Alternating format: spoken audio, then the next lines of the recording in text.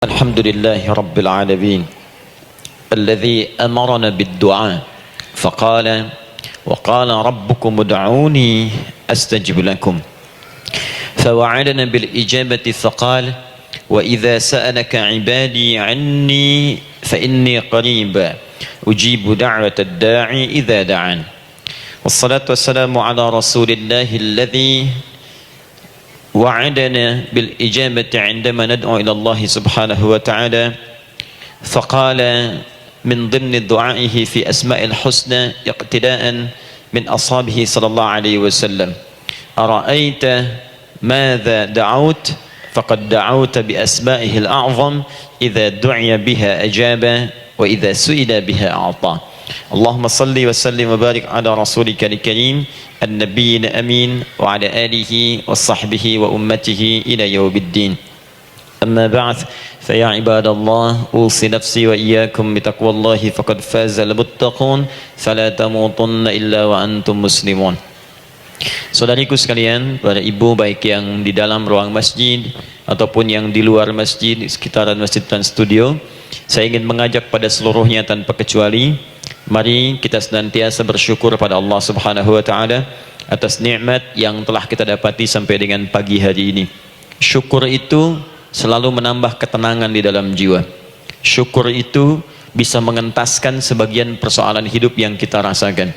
Syukur itu bisa menambah kekuatan dari perasaan lemah yang kita rasakan. Dan syukur itu puncaknya bisa mengantarkan ke dalam surga terbaik yang dijanjikan, hingga Allah menyebutkan kemudian dalam Al-Quran, wa qalilun min ibadiyas syakur, sedikit sekali di antara hamba-hambaku itu yang bisa menjadi orang yang pandai bersyukur kepada Allah Subhanahu wa taala. Mudah-mudahan hidupan kita sampai hari ini seluruhnya diterima oleh Allah Subhanahu wa taala sebagai amal saleh, dan semoga yang belum mendapatkan hidayah untuk berislam sampai dengan pagi hari ini dihunjamkan hidayah kepada dalam jiwanya oleh Allah Subhanahu wa taala agar bisa berislam sebelum wafat menghadap Allah Subhanahu wa taala. Baik, hari ini kita akan belajar, saya akan cepat masuk kepada pembahasan karena waktu kita cukup singkat, tentang orang-orang yang dikabulkan doanya yang tersebut dalam Al-Quran khususnya dan sunnah Rasulullah Sallallahu Alaihi Wasallam. Kita akan bagi pembahasan kita ke dalam 3 bagian.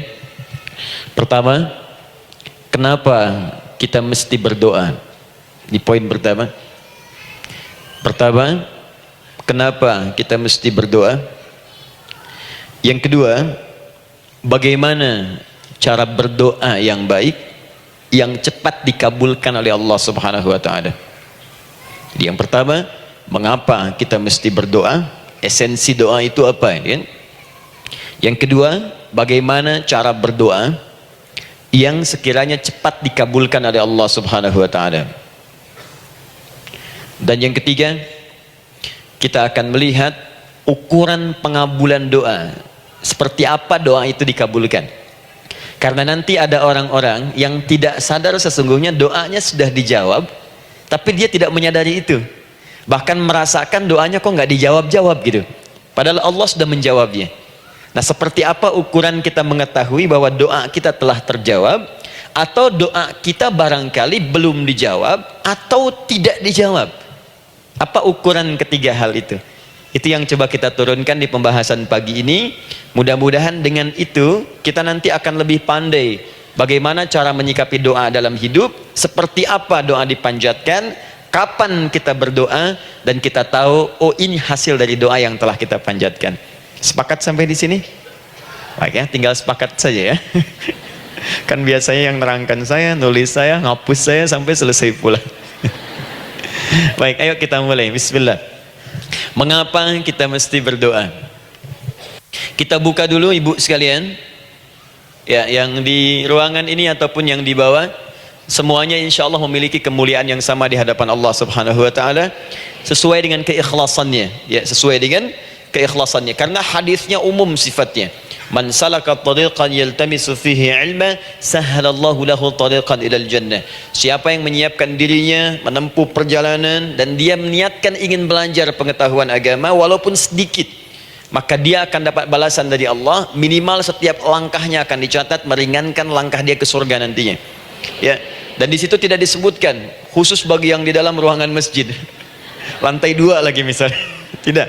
Ya, jadi yang di sekitaran, yang di depan semua berdasarkan niatnya, ya. Berdasarkan niat dan kuantitas amalannya. Di kuantitas itu tambah. Mungkin ustadz belum datang, ibu ada yang berzikir, ada yang baca Al-Qur'an, ada yang istighfar. Itu yang nambah pahala. Ya. Kalau yang pasang status, pasang kamera, ya itu saya nggak tahu. Ayo kita kembalikan sini. Pertama, Quran surah ke-7 ayat 172. Quran surah ke-7 Al-A'raf ayat 172. Kemudian setelah itu diperintahkan dalam Al-Quran surah ke-40 Ghafir ayat ke-60. Lalu kita praktekkan ini dalam keseharian kita. Saya beri contoh misalnya Quran surah ke-2 ayat ke yang paling banyak nih dibaca 201. Kadang-kadang misalnya Quran surah kedua ayat 286. Banyaklah. Quran surah ke-7 ayat 23 misalnya, dan seterusnya. Ini bagian pertama.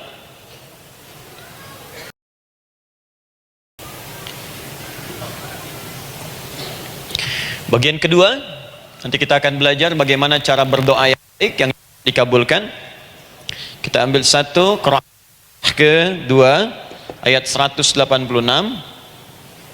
Kemudian yang kedua kita ambil contoh Quran surah ke-17 ayat 110.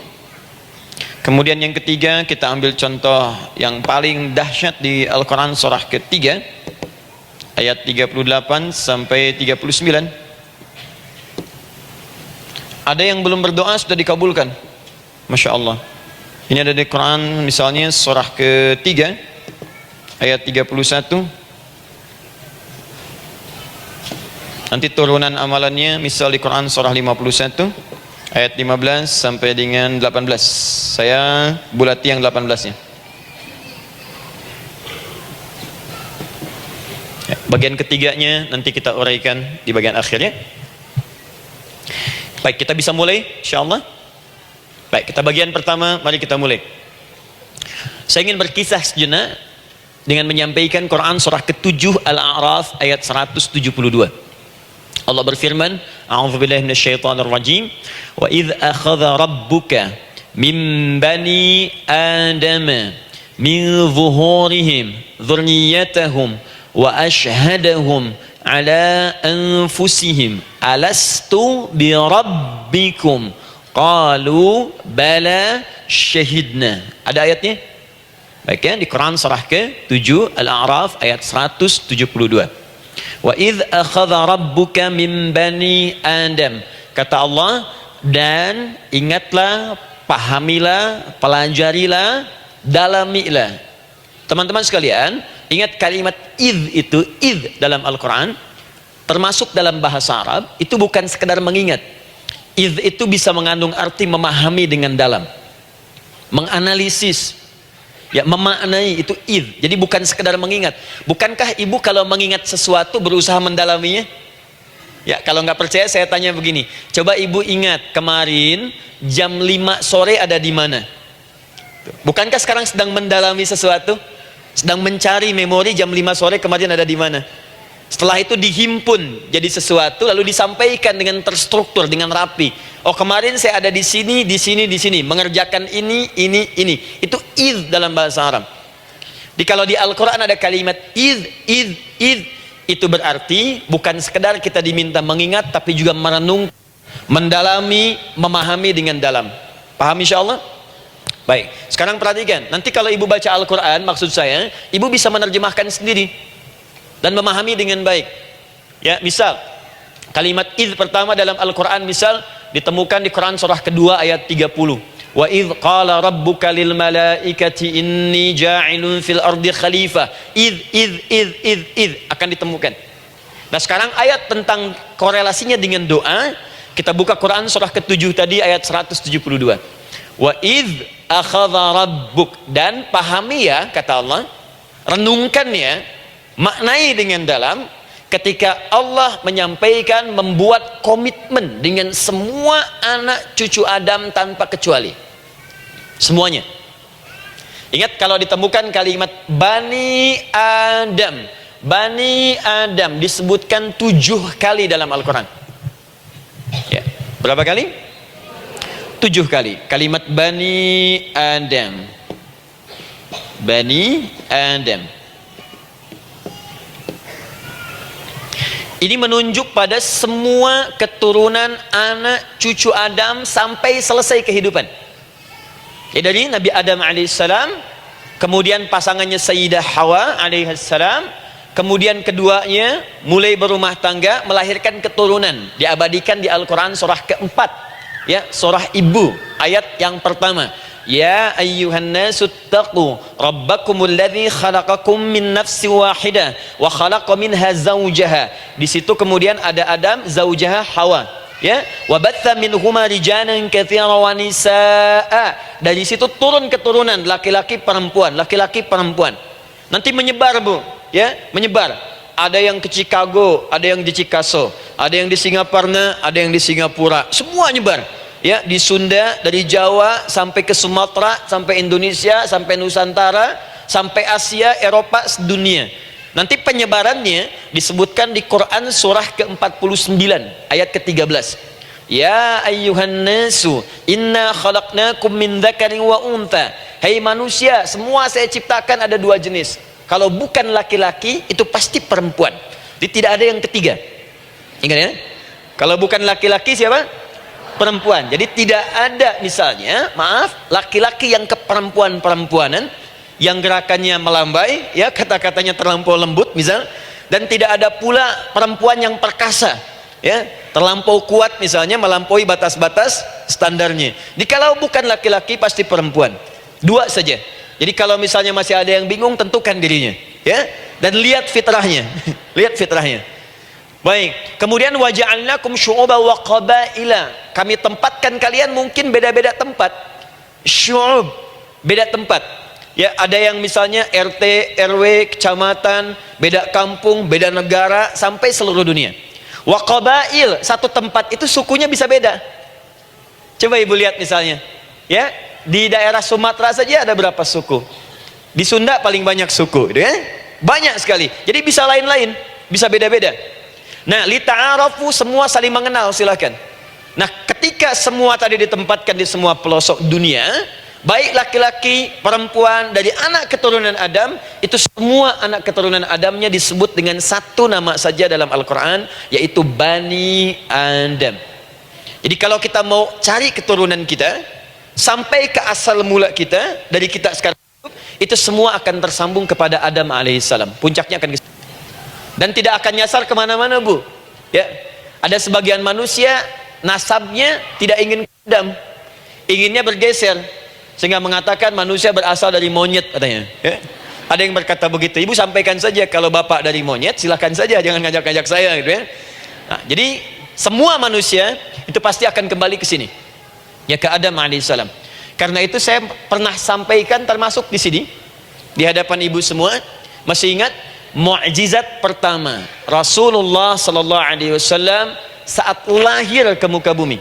Ingat, Nabi itu sebelum dilantik menjadi Rasul dalam usia 40 tahun, turun surah Al-Alaq, itu diberikan oleh Allah keistimewaan tanda-tanda kenabian. Apa diantara tandanya? Allah perjelas nasab keturunannya sampai Nabi Adam, padahal lahirnya itu ayahnya sudah wafat. Di lahir beliau ayahnya wafat, tapi nasabnya diperjelas sampai Nabi Adam, ya, sehingga jelas, orang tidak bisa menyoal. Ini orang nggak jelas nih, ya, kan suka ada begitu, Bu, ya, tiba-tiba datang menerangkan sesuatu, siapa itu nggak jelas. Bahkan sekarang sering muncul statement, siapa sih ustadz itu ustadz nggak jelas. Ya. Nabi nggak bisa disoal karena semuanya jelas, nasabnya jelas, keturunannya jelas, kemuliaannya jelas, ilmunya jelas. Jadi kalau orang mau menyoal nggak punya peluang. Siapa kamu Muhammad? Saya jelas keturunannya. Muhammad SAW bin Abdullah bin Abdul Muttalib bin Hashim bin Abdul Manaf bin Qusay bin Murrah bin Kilab bin Ka'ab bin Ghalib bin Fihr bin Malik bin Nadar bin Kinana bin Khuzaimah bin Mudrikah bin Ilyas bin Nizar bin Mudar bin Ma'ad bin Adnan bin Addi bin Adri bin Muqawwam bin Nagur bin Tarih bin Ya'rub bin Yasjub bin Nabit bin Ismail alaihissalam bin Ibrahim alaihissalam bin Azar atau bin Nagur bin Abir bin Kinan bin Arfakhshad bin Sam bin Nuh alaihissalam bin Mikhlail Matushala bin Kinan bin Anwas bin bin Adam alaihissalam. Coba ulangi. Jelas. Jadi orang nggak bisa nyoal, itu mukjizat ya. Keistimewaan pertama sebelum Allah kemudian angkat menjadi nabi dan rasul di usia 40 tahun. Jadi kalau ibu ditanya, kamu jelas nggak? Jelas. Apa binnya? Bin Bani Adam. Itu bocoran dari Al-Quran. Ya, kalau ditanya keturunan siapa kamu? Adam. Tahu dari mana? Allah yang nyampaikan langsung. Apa kata Allah? Bani Adam. Jelas ya? Baik. Jadi ini kembali kepada Adam alaihissalam. Nah, semua anak cucu Adam yang saya garis bawahi, sejak mulai terlahir itu sudah ada komitmen dari Allah dengan anak cucu Adam ini sebelum terlahir ke dunia. Sejak dalam kandungan. Jadi kalau ibu belajar hadis, misal dulu saya pernah amanahkan kalau ibu mau belajar dasar-dasar, cari kitabnya Imam An-Nawawi yang Al-Arba'in An-Nawawiyah, 42 hadis. Hadis keempat, ya paling kiri sebelah atas di kitabnya, dari Abdullah bin Mas'ud radhiyallahu taala anhu, ya. Qala Nabi sallallahu alaihi wasallam bahwa shadiqul masduq. Nabi SAW pernah menyampaikan sedangkan beliau orang benar dan dibenarkan. Kapan perjanjian ini dibuat? Dalam usia kandungan 4 bulan. Dalam kandungan. Inna ahadakum yujma'u fi batni ummihi. Setiap kalian yang akan terlahir dari anak cucu Adam, kecuali Adam bu ya. Ingat, kecuali Adam, kecuali Hawa, karena ini asal mula manusia keduanya. Tapi keturunan Adam dan Hawa akan mengalami proses yang sama. Dikandung dulu ibundanya, kemudian terlahir. Adam tidak dikandung, ingat, Adam tidak ada bapak, Adam tidak ada ibu. Langsung diciptakan wujudnya oleh Allah Subhanahu wa taala dari bahan dasar yang sama dengan manusia. Ya, karena itu saya pernah ditanya, pernah berdialog, ya, Ustaz, ini spesial Nabi Isa ini. Ya, spesial, Yesus Al-Masih Nabi Isa spesial. Karena itu diangkat sebagai Tuhan. Apa yang spesial? Kata beliau, karena ini bisa menghidupkan yang mati. Yang kedua, ini lahirnya beda dengan orang biasa. Bagaimana lahirnya? Tanpa bapak. Ibu saja tanpa bapak. Mana ada manusia yang lain seperti ini? Saya bilang, Adam lebih spesial lagi. Lahir tanpa ibu, tanpa bapak. Kenapa nggak jadi Tuhan? Tapi kan Adam nggak bisa menghidupkan yang mati. Dengan izin Allah, maaf, Nabi Ibrahim lebih canggih lagi. Buka Quran surah kedua, ayat 260, paling kiri sebelah atas. Wa idh qala Ibrahim rabbi arini kaifa tuhyil mauta qala awalam tu'min qala bala walakin inna qalbi. Ketika Ibrahim bermohon kepada Rabbnya, ya Allah, tolong tunjukkan kepadaku bagaimana cara menghidupkan yang mati. Kata Allah, kamu masih nggak yakin? Kata Ibrahim, saya yakin, saya yakin-yakinnya, cuma supaya hati saya tenang, buktikan kepada yang lain tentang kuasamu. Kata Allah, gampang. Lalu Allah berikan kemudian satu ketentuan sama persis dengan Nabi Isa, cuman prosesnya lebih canggih. Kalau Nabi Isa tepuk mayatnya, bangun, bicara. Nabi Ibrahim kata Allah, nih ambil burung, potong-potong dulu, dicincang dulu.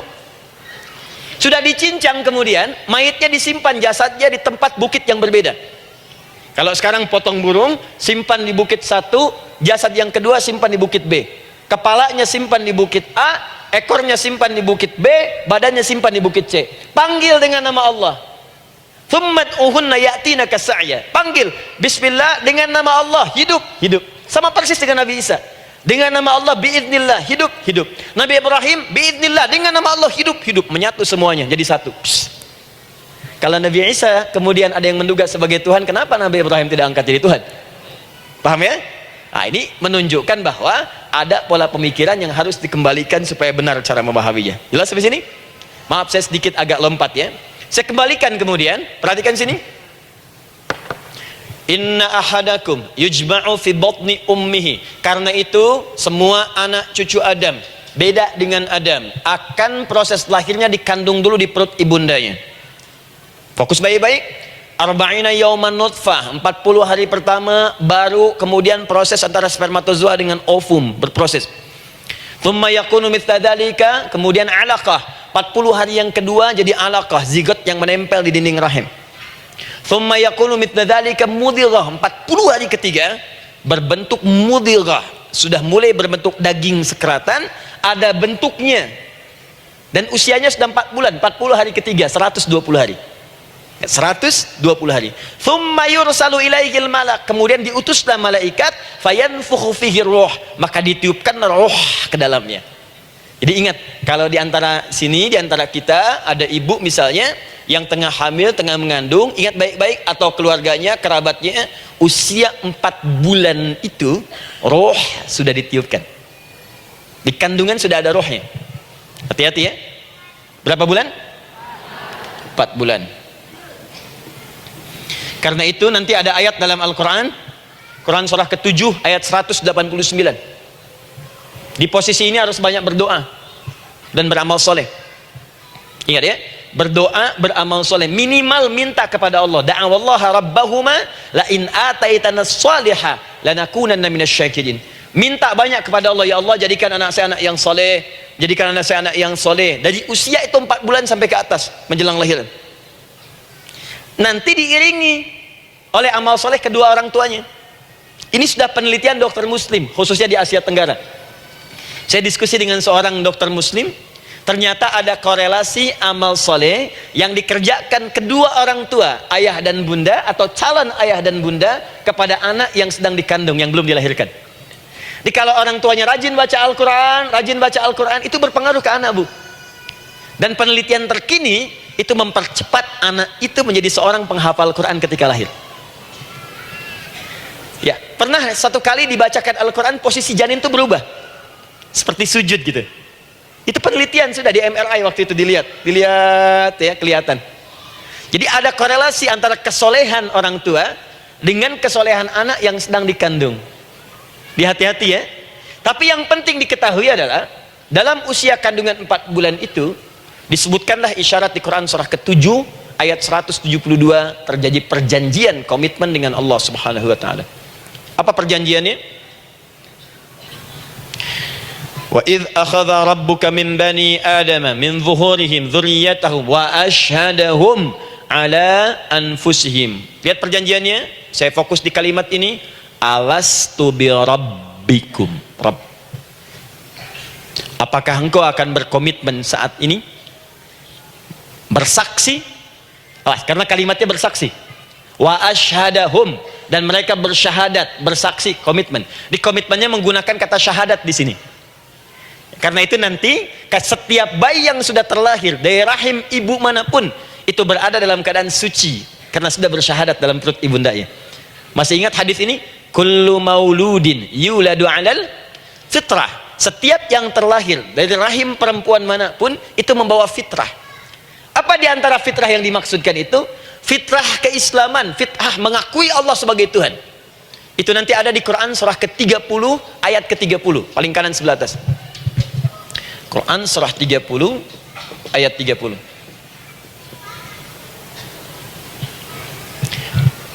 Fa'aqim wajhaka lid-dini hanifa. Hai setiap manusia, fa'aqim wajhaka, hadapkan, pasrahkan, arahkan dirimu sepenuhnya, lid-dini, pada ketentuan ad-din, hanifa, dengan lurus. Di setiap manusia itu punya fitrah untuk beragama, punya kecenderungan untuk mencari Tuhan. Silakan ibu cek, manusia manapun yang pernah hidup itu pasti akan mencari Tuhan. Silahkan. Karena itu Allah beri jalan, begini cara mencarinya. Fitratallahi allati fataran nasa 'alaiha, itulah fitrah manusia yang telah Allah berikan pada dirinya bahkan sebelum dia terlahir. Di antara fitrah manusia ada kecenderungan untuk mencari Tuhan, ada kecenderungan untuk mendekat kepada Allah. Bahasa Qur'annya din, lid-dini hanifa. Apa itu din? Itulah Islam. Quran surah ke-3 ayat 19. Inna ad-dina 'indallahil Islam. Karena itu silakan cek, semua orang itu pasti akan mencari Tuhan. Setiap manusia. Ada yang melihat kayaknya ada di hewan, kayaknya ada di pohon, kayaknya ada di alam, kayaknya ada di patung, kayaknya ada di, mencari dia. Terus Allah beri jalan. Kalau kamu ingin mencari yang benar, din yang dimaksud Islam, diberikanlah tuntunan dalam Islam. Jelas sampai sini? Baik, karena itulah kemudian setiap bayi yang terlahir itu disebut oleh Nabi dia suci, dia bersih karena telah membawa risalah Islam dalam dirinya. Hanya sayang nanti fa abawahu yuhawidanihi au yunassaranihi au yumajjisanihi. Lingkungan nanti akan merubah dia keluar dari fitrahnya. Bisa dipengaruhi, tiba-tiba berubah misalnya keyakinan. Bisa karena kejadian tertentu dia jauh dari Allah Subhanahu wa taala. Dia muslim, cuman karena kondisi tertentu, pekerjaan menjauhkan dia dari Allah, lupa sholat. Telenovela menjauhkan dia dari Al-Quran.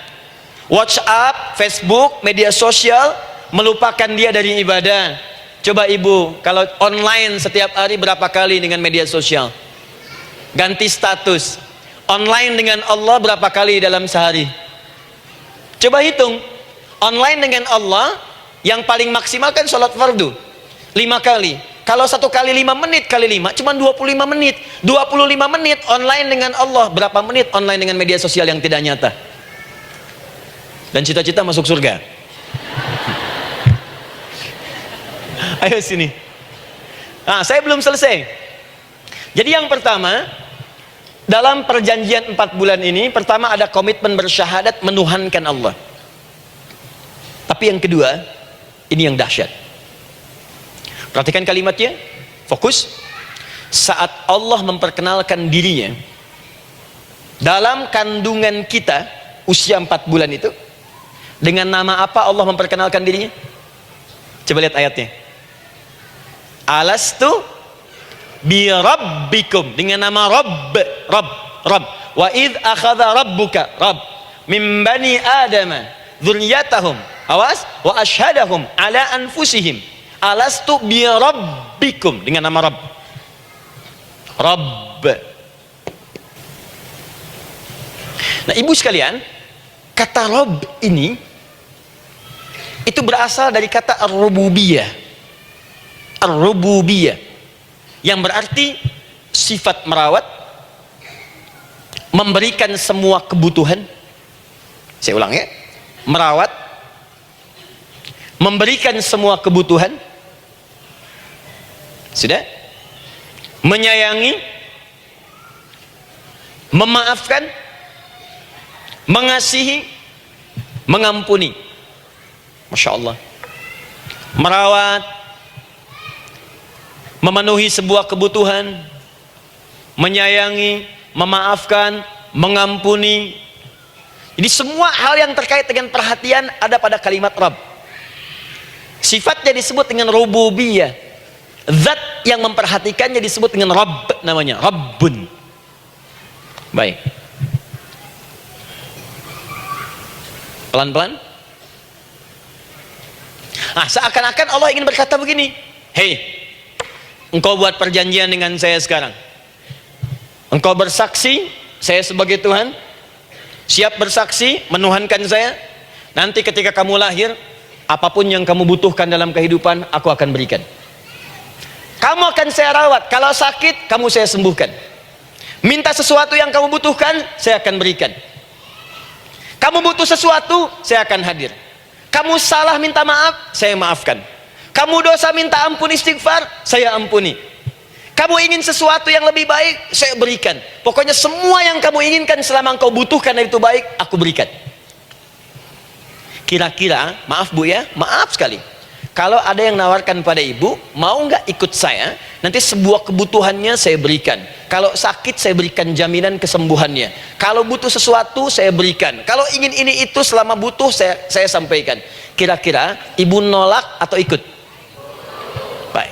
Ikutnya mikir dulu atau tidak? Tidak. Jangankan yang tinggi-tinggi Bu ya, suami aja nawarkan, mah mau nggak ikut papa? Papa nanti kasih handphone S10. Oh. Sama gelang nggak Pak? Ikut ya. Dan tanpa pikir. Dalam bahasa Arab, sesuatu yang disetujui tanpa difikirkan lagi, itu disebut bala namanya. Bala, sekali saja, sekali ya, tidak 2 kali. Tidak ditambah, tidak dikurangi. Ingat, kalau Allah sudah sampaikan kalimat, jangan tambah, jangan kurangi, ya. Bala tidak ditambah nga, tidak disebutkan 2 kali. Bala. Ya. Bala itu artinya siap. Ya. Tanpa fikir. Karena memang nggak ada yang dipikirkan lagi. Apa yang mau dipikirkan? Semua kebutuhan dikasih, semua keinginan dikabulkan sepanjang baik. Kalau sakit ada jaminan disembuhkan, dikasihi, disayangi, salah dimaafkan. Ya, kalau dosa diampuni, apalagi yang kurang, nggak ada aib, nggak ada yang kurang, sempurna semua. Kita katakan bala tanpa fikir. Karena itu, perhatikan, setiap kita kemudian, ibu sekalian, datang terlahir ke bumi, mengalami kehidupan, fitrah kita setiap mendapatkan kebutuhan, kita akan menyebut nama Allah Subhanahu wa ta'ala dengan nama yang telah dijanjikan itu. Silakan ibu cek. Bukankah ibu ketika ada kesulitan memohon kepadanya, ya Allah tolong sembuhkan, ya Allah, ya Allah lancarkan, ya Allah, ya Allah sukseskan suami saya, ya Allah tenangkan kehidupan rumah tangga kami, ya Allah anugerahkan solusi, ya Allah sembuhkan ibu saya. Semua minta kan? Dan dahsyatnya, ketika ibu memohon kepada Allah itu, ibu gunakan kalimat yang telah disepakati ketika Allah sampaikan kepada kita. Rabb, Rabb, Rabb. Perhatikan, kalau ibu berdoa, doa apa paling favorit? Rabbana atina fid dunya hasanah, fil akhirati hasanah, wa qina. Doa apa itu? Sapu jagat. Bu bayangkan, Nabi aja nggak tahu tuh istilah itu sapu jagat. Ibu tahu? Wah, Masya Allah, Indonesia kreatif, luar biasa. Ada doa sapu jagat, nggak ada doa sapu nggak ada jagatnya, ada doa jagat nggak ada sapunya. Pokoknya luar biasa lah. Ya, ya, lihat, bukankah kalimatnya dibuka dengan Rabb? Rabbana atina fid dunya sana. Rabbana zalamna anfusana wa illam taghfir lana wa tarhamna lanakunanna minal. La yukallifullahu nafsan illa laha ma kasabat wa 'alaiha mak. Perhatikan, Rabbana la in nasina Rabbana Rabb. Ini ayatnya. Sapu jagat Quran surah 2 ayat 201. La yukallifullahu Quran surah 2 ayat 286. Rabbana zalamna Quran surah 7 ayat 23. Yang ingin saya sampaikan, setiap kita butuh sesuatu, kita menyebut namanya dengan kalimat Rabb. Kenapa kita katakan Rabb? Karena Allah sendiri menyebutkan dengan kalimat Rabb. Alastu bi rabbikum, saya nanti adalah Tuhan yang akan memperhatikan kalian, menyayangi kalian. Saya Tuhan yang akan merawat kalian, memberikan semua kebutuhan. Makanya ibu tuh kalau ada persoalan nagih seakan-akan ke Allah. Ya Allah, kan engkau yang berjanji kepada saya, engkau yang berjanji, engkau yang menepati, ya Allah, karena engkau Tuhan. Kalau manusia, dia berjanji, dia yang mengingkari, dia awali, dia yang akhiri. Tapi engkau beda, ya Allah. Kenapa? Engkau berjanji, engkau yang menepati. Quran surah ketiga ayat 9. Innallaha la yukhliful mi'ad. Engkau yang berjanji, engkau yang menepati. Engkaulah awal dan akhir dari semua hal. Engkau mengatakan saya Rabb yang akan memberikan semua kebutuhan. Sekarang saya butuh, ya Allah. Engkau berjanji akan menyembuhkan, sekarang saya sakit, ya Allah. Engkau berjanji akan memberi solusi, sekarang saya sedang punya masalah, ya Allah. Engkau berjanji akan memberikan kesuksesan, sekarang saya sedang menapaki itu, ya Allah. Makanya ibu sebutkan kalimat Rabb, Rabb, Rabb, Rabb. Jadi sesungguhnya doa itu adalah fitrah dari setiap manusia, karena mulai dibangun komitmen sebelum dia dilahirkan ke muka bumi. Jadi kalau kita bicara tentang doa, doa itu fitrah kehidupan bagi setiap manusia. Hidup. Sekaligus penanda komitmen yang membedakan antara Khalik dengan makhluk, hamba dengan Allah, manusia dengan Tuhan. Kan Allah katakan saya Rabb, ya, saya yang ngasih, saya yang Tuhan.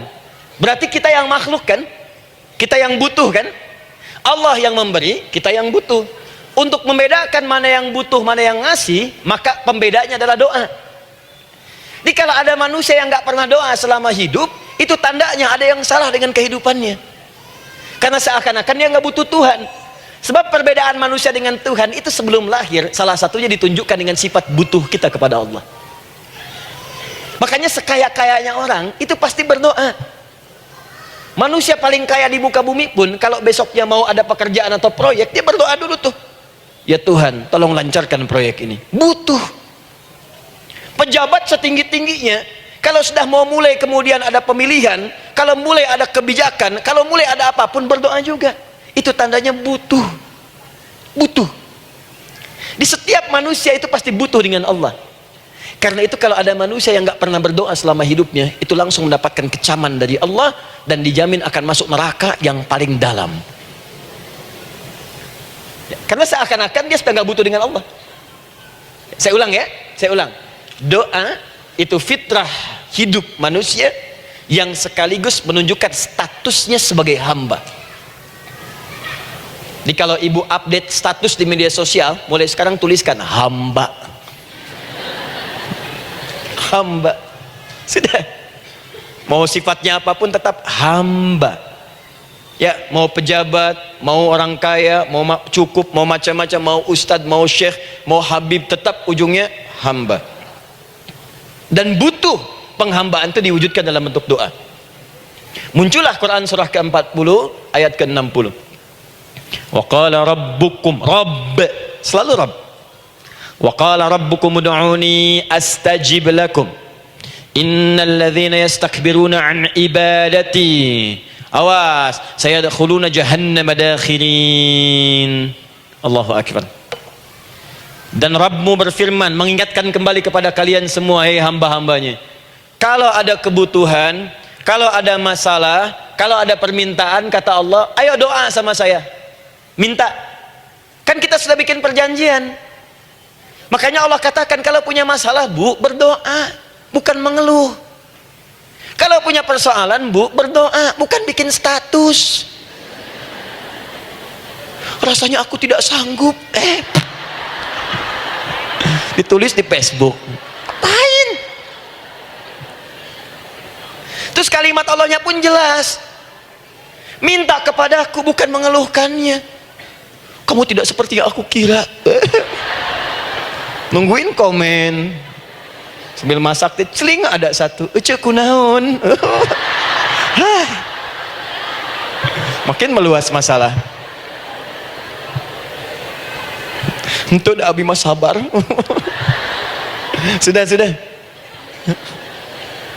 Paham ya? Jadi ini kaidah hidup yang pertama, sebetulnya sederhana, cuman jarang digunakan gitu. Sederhana, cuman jarang dipakai. Kata Allah kan, kamu doa itu saya kasih ketenangan. Jadi bu, gini, doa itu manfaatnya, walaupun solusi belum datang, tapi hati tenang. Tenang. Jadi kalau mau curhat-curhat sama Allah, sampaikan, minta, mohon, berikan. Minimal tenang. Saya kasih rahasia ya. Ini diantara kita saja nih. Lihat sini. Saya hapus dulu deh. Bismillah. Masya Allah. Mau ngapus sendiri, nulis sendiri, penghapus lari sendiri.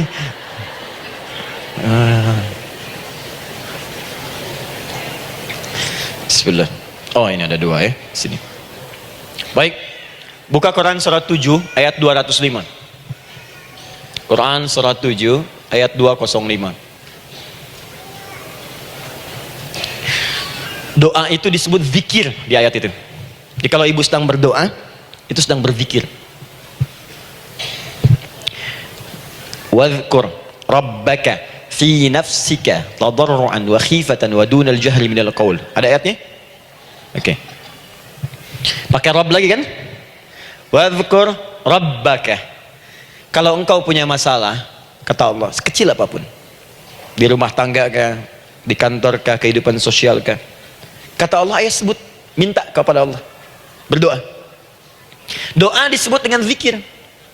Zikir itu semua kegiatan yang membuat kita ingat Allah. Zikir. Baca Quran, zikir. Dalilnya Quran surah ke-15 ayat 9. Inna nahnu nazzalna dzikra. Kami turunkan Al-Quran sebagai zikir. Menghafal Quran, zikir. Quran surah 54 ayat 17, ayat 22, ayat 32, ayat 40. Walaqad yassarnal Qur'ana lidzikri. Kami akan mudahkan Al-Quran untuk diingat, dihafalkan. Zikir, sebagai zikir kepada Allah. Ibu selepas sholat baca subhanallah, alhamdulillah, Allahu akbar, zikir. Quran surah keempat ayat 103. Fa idza qadaitumus salata fadhkurullah. Maka jika Anda telah tuntas mengerjakan sholat, segera berzikir kepada Allah. Sholat sendiri zikir. Quran surah ke-20 ayat ke-14.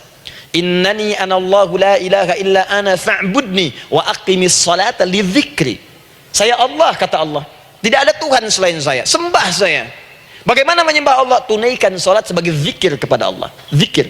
Di zikir semua amalan yang mendekatkan kita dengan Allah. Doa itu satu dari bagian zikir. Tapi tahukah ibu fungsi zikir yang paling utama itu apa? Quran surah 13 ayat ke-28. Ala bidzikrillahi tatmainnul qulub. Yakinkan pada dirimu, kalau zikirmu benar kepada Allah, maka dia akan berdampak kepada hati menjadi lebih tenang. Zikir itu manfaat pertamanya membuat hati tenang, Bu. Tadi saya contohkan, baca Al-Quran zikir kan. Jadi kalau ibu sedang tidak tenang, sedang gelisah, ada masalah, daripada mengeluh sana sini, wudu, Bu, wudu. Ambil mushaf, baca. Saat baca itu mungkin solusi belum datang, tapi hati itu lebih tenang. Kaitan dengan bahasan kita, doa, minta doa.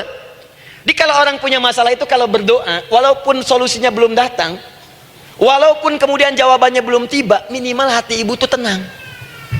Ini dia Quran surah 13 ayat 28. Rumus ini pakai, gunakan dalam hidup. Karena yang tahu kehidupan kita itu Allah yang menciptakan kita. Yang tahu pesawat, yang bikin pesawat. Yang tahu handphone, yang bikin handphone. Yang tahu mikrofon, yang bikin mic-nya. Yang tahu kita, yang menciptakan kita. Ikutilah petunjuk Allah yang menciptakan kita, maka akan langsung terasa manfaatnya. Ibu tidak percaya, silahkan lakukan. Rasakan bedanya, bedakan rasanya, dan pasti akan terasa bedanya. Akan lain. Tuh. Doa. Tapi ingat, yang paling penting kata Allah, doa itu bukan sekedar penting permohonannya, tapi menunjukkan status kita sebagai hamba di hadapan Allah Subhanahu wa taala. Jadi kalau ada orang selama hidup tidak pernah berdoa, artinya dia mengingkari status dia sebagai hamba di hadapan Allah Subhanahu wa taala. Mau menyejajarkan diri dengan Tuhan. Kan yang tidak pernah meminta itu Tuhan. Allah yang memberikan. Kalau manusia beda, pasti minta. Artinya kalau ada manusia nggak pernah minta, seakan-akan bahasa halusnya, kamu ini ngaku jadi Tuhan. Saya tempatkan kau di neraka jahanam yang paling bawah. Jahanam itu, Bu, belum masuk saja sudah terasa. Terasa. Buka ibu Quran surah misalnya ke-40 Ghafir tuh. Ya, ayat 45 sampai dengan 47-nya. Sebelumnya lagi, lihat Quran surah ke-8 ayat ke-50. Itu penghuni neraka, Bu, yang bukan jahanam, yang bukan jahanam saja. Penghuni neraka itu kalau mau meninggal itu dipukulin dulu malaikat. Depan belakangnya. Ayo, kamu keluar, keluar. Lama amat keluarnya rohnya katanya. Takut karena nggak punya bekal. Kan maaf ya, kaidah mengatakan orang nggak punya bekal itu takut pulang, apalagi orang merasa salah. Anak ibu berbuat kesalahan, mau pulang takut kan? Takut. Jadi kalau ada anak takut pulang, salah dia. Salah. Kemana anak nggak pulang-pulang, pasti ada yang salah karena nggak berani pulang. Jangankan salah, nggak punya bekal saja, malu pulang. Lihat ibu waktu Ramadan usai mau mudik Idul Fitri, kan pada mudik kan? Kenapa mau mudik dan senang mudik? Karena punya bekal, Bu. Dikumpul-kumpulkan tuh selama 11 bulan untuk 1 bulan saja. Itu pun paling berapa hari? Kumpulin. Terus telepon keluarga, insya Allah aku pulang hari ini. Wah, senang semuanya. Padahal mudiknya cuma pakai motor, Bu. Motornya bebek, bekalnya singa. Serius saya, motor bebek bekal singa, ada kardus belakangnya, tulisin, terus tambah pelepah pisang buat begini. Belakangnya ditulisin, aku pulang sayang. Jalan mudik. Terus yang di rumah kan senang nerimanya. Kenapa? Karena ada yang pulang dan bawa bekal. Saya pernah tanya pada seseorang, kenapa anda nggak mudik? Nggak ada bekal, Ustaz. Nggak ada bekal, malu pulang. Kebayang nggak saat pulang menghadap Allah nggak punya bekal? Malu pulang, apalagi punya banyak salah. Jadi nggak mau keluar rohnya. Malaikatnya geram, dipukulin sama malaikat, pukul depannya, pukul belakang. Kamu ini cepat keluar, cepat keluar, cepat keluar. Keluar, keluar, keluar, keluar, keluar. Malu pulang. Tapi kalau punya bekal enak. Dan yang nyambut langsung malaikat. Bahkan nanti ada satu amalan saat dikerjakan, itu orang ini sudah masuk surga, tapi semua malaikat di semua pintu surga yang 8 itu datang mengunjungi dia, mengucapkan selamat. Itu ada di Quran surah 13 ayat 24.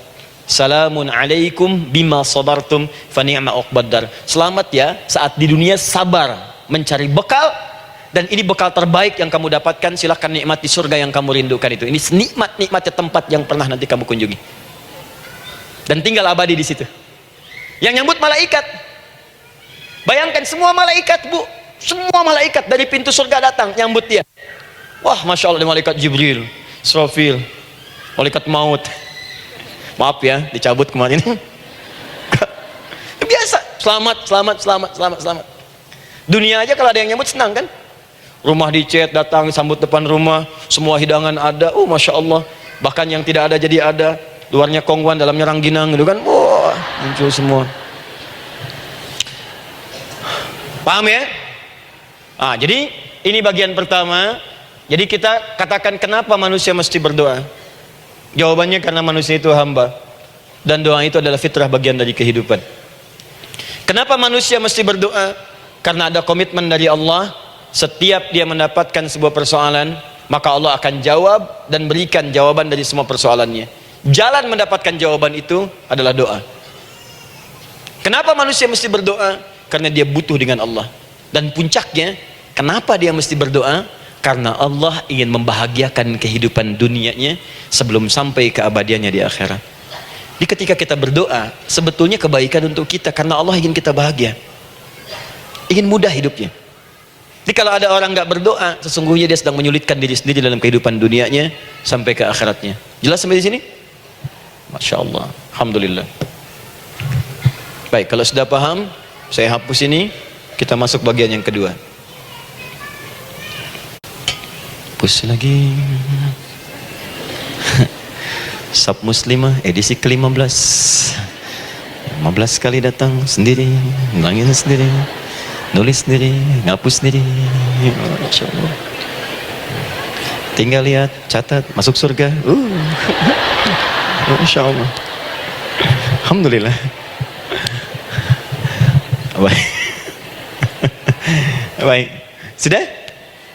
Alhamdulillah. Saya ingin setiap pembahasan kita dipahami ya. Saya tidak menyukai kalau datang melihat tapi nggak paham gitu. Ya, dengar tapi nggak paham. Saya tidak ingin satupun keluar dari sini kecuali paham. Ya. Ibu paham? Paham Ustaz. Pada pamit ya, silahkan. Apa yang ibu pahami? Doa. Ya. Dah. Nah, sekarang masuk bagian kedua. Bismillah. Baik, sebelum saya bahas lebih jauh, saya ingin sampaikan dulu. Jadi ternyata ketika kita diminta oleh Allah menunaikan sholat, itulah cara kita memohon, Bu. Itulah waktu kita meminta. Dan dahsyatnya dalam sehari itu 5 kali ditungguin, Bu.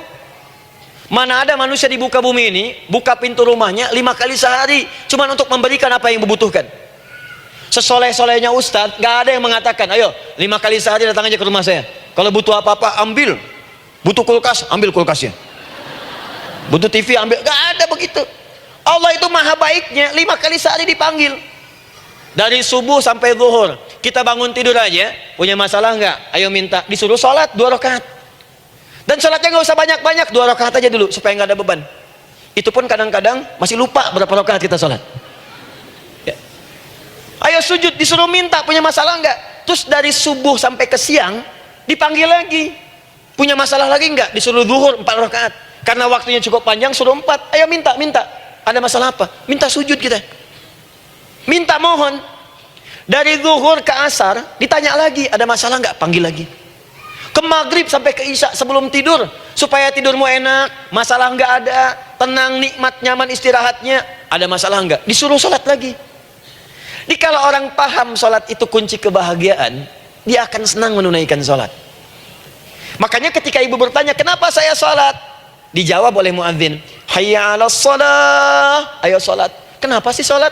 Hayya 'alal falah, yuk bahagia, ayo tenang, yuk dapatkan apa yang kamu inginkan, falah. Jadi kalau orang paham sholat itu menyelesaikan persoalan, tentu orang akan berbondong-bondong semangat untuk menunaikan sholat. Cuman sayang segelintir orang itu menilai sholat sebagai beban. Jadi sebagai kewajiban beban saja, makanya sholatnya nggak nikmat. Korok tadi duhur, ayeuna asar deui. Tuh. Ya bagaimana doanya bisa dijawab? Anda datang pada orang, tapi datangnya dengan marah-marah. Datangnya dengan mencelanya, ya bagaimana dia bisa memberikan kebutuhan Anda? Anda datang pada Allah dengan niat yang tidak ikhlas. Setelah itu kemudian menggunjingkannya, bagaimana bisa dijawab? Tuntutan tinggi, tapi datang tidak membawa prestasi, ya bagaimana bisa diberi?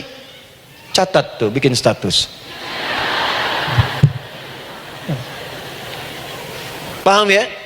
Nah ini bagian pertama. Jadi cara pertama, respon kata Allah, seruan Allah. Rumus pertama sholat. Nah sekarang saya ajarkan lagi. Ini belum selesai nih Bu. Ini panjang bahasannya nih. Sampai jam berapa kita? 10 ya? Oh, banyak. Oh, mau sampai jam 5 silahkan. Saya jam 10 selesai. Ya. Lihat sini. Oke, saya punya sekitaran 1 jam kurang ke depan. Saya ingin terangkan sedetil-detilnya gitu ya. Dan saya hanya menyampaikan isi Al-Quran. Quran, hadis, Quran, hadis. Sekarang gini, Ustadz saya sekarang paham, sholat berarti kunci untuk menyelesaikan masalah. Di sholat saya akan memohon. Sekarang Ustadz, bagaimana cara saya merespon sholat? Kan kata Allah, saya menyeru, respon gitu kan? Kita dipanggil sholat nih, Allahu Akbar, dipanggil. Bagaimana cara meresponnya? Sebelum minta. Awas, ibu ingin datang mengajukan proposal. Datang kepada wali kota, datang kepada gubernur, datang kepada presiden, datang kepada menteri sebelumnya. Bukankah ibu mempersiapkan diri? Penampilan ditata, proposal dibagus-bagusin, gitu kan? Yang paling hebat itu kadang-kadang malam-malam latihan depan cermin. Bapak wali kota yang saya hormati, lihat semuanya tuh. Dan yang paling luar biasa, maaf ya, janjian jam 7 dengan Pak Wali Kota, datang jam 6 ke Balai Kota. Sekarang ibu punya janji dengan Allah. Janji itu sudah diketahui sebelum pertemuannya. Kalau tidak percaya, 5 waktu ini ibu sudah hafal Bu. Ya, bahkan disuruh ngapalin oleh Allah. Buka Quran surah ke-4. Surah ibu, surah mama, An-Nisa. Ayat 103, Quran surah 4 ayat 103. فَإِذَا قَضَيْتُمُ الصَّلَاةَ فَاذْكُرُوا اللَّهَ قِيَامًا وَقُعُودًا وَعَلَى جُنُوبِكُمْ فَإِذَا اطْمَأْنَنْتُمْ فَأَقِيمُوا الصَّلَاةَ. Lihat ujung ayatnya, lihat ujung ayatnya. Inna as-salata kanat 'alal mu'minina kitaban mawquta. Sungguh semua waktu salat itu telah ditetapkan waktunya bagi orang beriman. Itu terjemahan biasa. Kalau terjemahkan pakai ilmu balaghah, sungguh orang beriman itu hafal waktu-waktu salat. Tahu waktunya. Apalagi kalau di waktu itu ibu punya kepentingan, pasti hafal. Kalau ibu benar memprioritaskan sholat dan menilai sholat sebagai solusi hidup, menilai sholat sebagai kebutuhan, ibu pasti akan hafalkan itu Bu.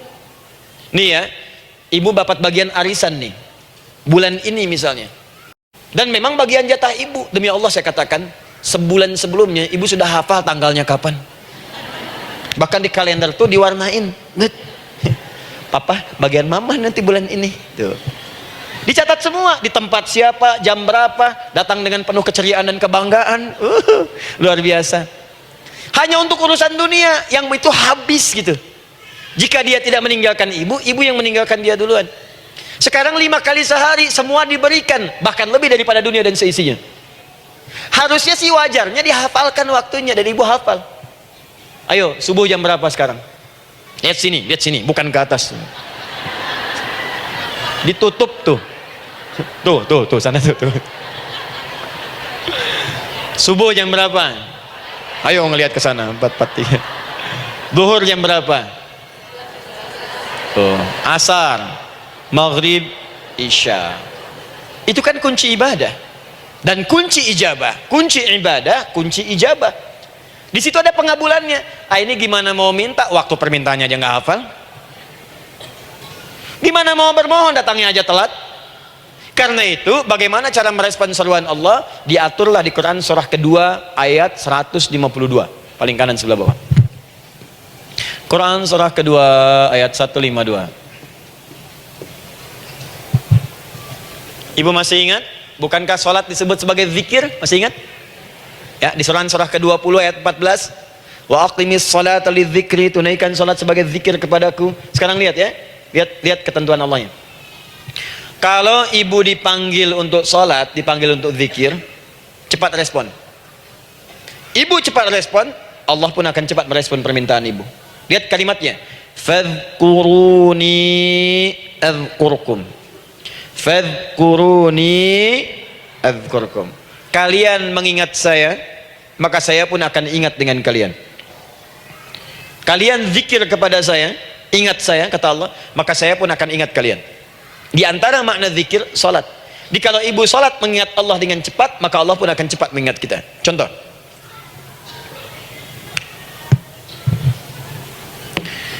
Saya ambil waktu subuh misalnya. Di Bandung 4-3-3. 4-4-3. Oh, lihat kesan lagi terjadi perbedaan pendapat, ya. Ada yang 4-3-3, ada yang 4-3-4, ada yang 4-3-5 dan seterusnya. Yang ambil tengah-tengah lah, 4-3-5 misalnya. Taruhlah 4-3-5. Lihat sini, fokus. Allahu Akbar, Allahu Akbar. 4-3-5.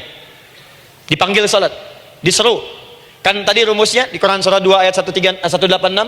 Faliyastajibuli. Kalau diseru cepat jawab, gitu kan? Nah, terus diseru 4-3-5 adzan. Allahu Akbar, Allahu Akbar. Begitu diseru, ibu langsung datang. Ya Allah, sudah adzan, seruan nih, saya siap-siap, saya ingin minta sesuatu. Nah, orang yang datang saat dia diseru Allah, dia pun datang kemudian untuk menyerunya, maka Allah pun akan menjawab apa yang ia mohonkan saat ia bermohon kepadanya. Perhatikan, dipanggil oleh Allah lewat suara muadzin, Allahu Akbar, dia merespon cepat, siap salat. Maka dia pun ketika memanggil Allah, seketika Allah pun akan jawab padanya sesuai dengan kadar responnya. Dipanggil saat itu, dia menjawab, maka Allah pun akan ingat kepadanya hanya saat dia memanggil saja. Di saat panggil, diingat, panggil, diingat. Jelas? Ini yang hebat. Dipanggil 4-3-5, Allahu Akbar, Allahu Akbar. Dia sudah ingat dari sejak jam 3 lewat 45. Dia bangun jam 3. Bisa. Padahal belum dipanggil. Datang. Bahkan Masya Allah, melakukan warming up dulu. Tahajud, istighfar, baca Al-Quran sebelum dipanggil. Masya Allah bu, ibu mau datang misalnya ke istana, janjian jam 7, datang jam 6. Di situ ibu kerjakan yang baik-baik dulu. Wah, lihat. Terus kelihatan CCTV kan. Wah, ini orang bagus banget nih. Mulia, bagus. Sampah diambilin, disapu. Kelihatan. Itu ibu belum datang pun udah dipanggil duluan. Ada orang yang belum dipanggil sudah datang menghadap Allah. Tahajud dia, zikir dulu, istighfar dulu. Ini orang, maaf ya, walaupun dia belum memanggil Allah, Allah sudah menyelesaikan semua persoalannya. Di orang-orang yang selalu ingat kepada Allah walaupun Allah dalam waktu tidak memanggilnya, maka Allah akan mengingatnya sekalipun orang ini belum bermohon kepadanya. Maka ibu nanti akan temukan orang-orang yang langsung diselesaikan persoalannya oleh Allah bahkan sebelum dia bermohon kepadanya. Dia ada orang yang seakan gak punya masalah bu. Bukan gak punya masalah, sebab setiap dia punya masalah, masalahnya diringankan oleh Allah. Dia seakan-akan gak ada beban. Ah, ini indah hidupnya, enak. Butuh sesuatu, sebelum nyari datang. Ada persoalan, senyum dikit, selesai. Orang macet mengeluh, bikin status, dia macet malah senang. Dan hatinya dilapangkan oleh Allah. Bayangkan ada janji rapat jam 9, setengah 9 masih macet. Diprediksi di Google akan sampai 2 jam lagi. Yang lain mengeluh, telepon sana, telepon sini, ini. Dia nggak aja, lapang aja. Alhamdulillah ya Allah, kasih macet. Morotal, saya mau dengerin surah Al-Baqarah. Buka, hafalin. Partnernya nelpon. Sampai di mana, akhi? Ini sampai di surah Al-Baqarah ayat 186. Tidak ada yang sia-sia dari Allah. Sabar ya di sana. Ya, atau kita bisa koneksikan dari sini apa yang bisa saya selesaikan sekarang di sini, sehingga sampai sana kita tinggal kesimpulan saja. Tenang hatinya. Gak ada gerasak, gerusuk, gelisah gini, telepon sana sini, klaksonin, dasar lampu merah, lama, birunya sebentar. Padahal biru nggak ada, yang ada hijau kan. Rame. Jadi kalau sudah begitu enak, Bu. Yang perempuan ada di Quran Maryam. Maryam kan perempuan. Dan Maryam itu bukan nabi, bukan rasul. Ingin memberikan pesan kepada ibu, perempuan dimanapun, tidak harus jadi nabi supaya doa cepat dikabulkan. Tidak harus menjadi rasul. Ini Maryam bukan nabi, bukan rasul, tapi dia ini luar biasa. Sebelum dipanggil udah datang. Zikirnya tak terlukiskan. Mohon kepada Allahnya luar biasa. Menjaga diri dari hal yang dilarang oleh Allah. Apa hasilnya? Sebelum diberikan bahkan oleh pamannya sudah ada kebutuhannya. Quran surah ketiga ayat 37. Kullama dakhala 'alaiha Zakaria al-mihraba wajada 'indaha rizqa. Setiap pamannya mau memberikan kebutuhan Maryam sudah ada di dalamnya, Bu. Sudah ada. Itu luar biasa. Mau makan, makanan ada. Mau anggur, anggur ada. Ya. Wah, itu luar biasa, Bu. Jadi bermohon bahkan sebelum waktunya. Sentuhlah ia tepat di hatimu, maka ia akan jadi milikmu untuk selamanya. Wah. Nah, itu doa tuh. Aduh, mana-mana. Paham? Tuh. Jadi kalau yang standar-standar saja itu biasa. Maka datang sebelum waktunya, datang. Atau datang pas dipanggil, standar. Jadi kalau 4.35 adzan, Allahu Akbar, Allahu Akbar, ibu bangun, siap sholat, siap sholat. Itu standar. Yang dulu bahagia, naikin lagi levelnya. Yang celaka itu ya ini nih, dipanggil 4.35, baru bangun 5.34.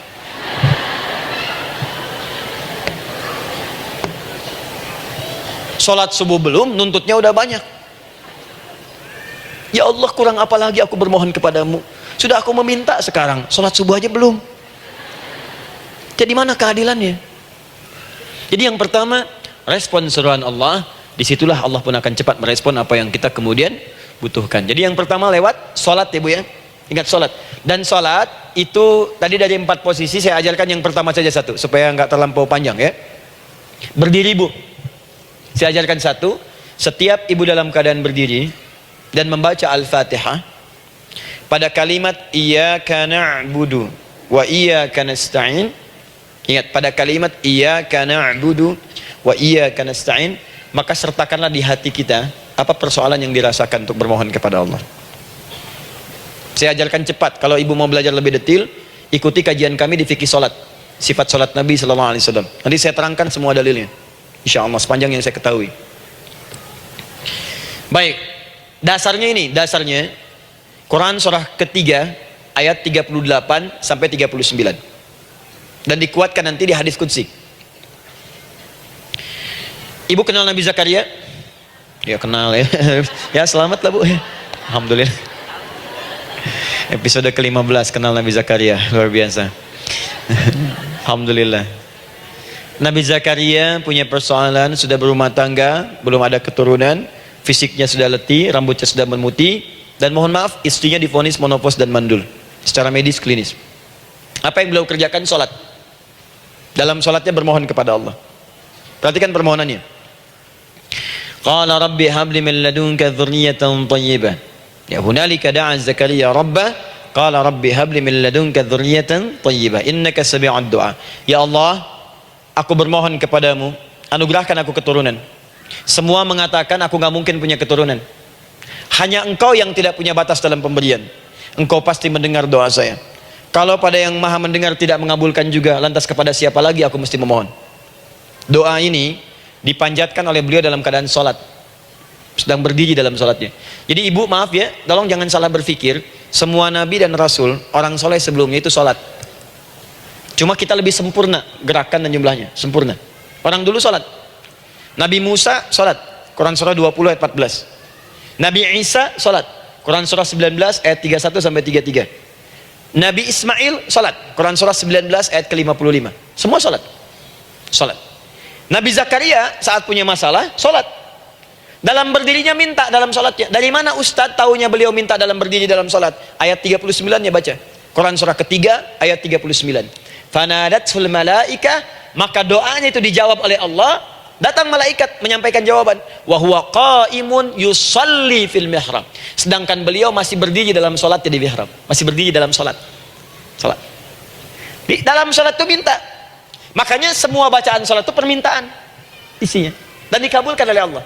Anallaha yubashshiruka bi Yahya. Allah kasih kabar gembira, engkau akan punya anak, langsung namanya dari Allah Yahya. Artinya hidup, yang mustahil menurut manusia. Lahir dari rahim seorang perempuan yang divonis monopos dan mandul menurut medis. Kata Allah, tidak ada yang mustahil bagiku. Lahir dan hidup dia, Yahya.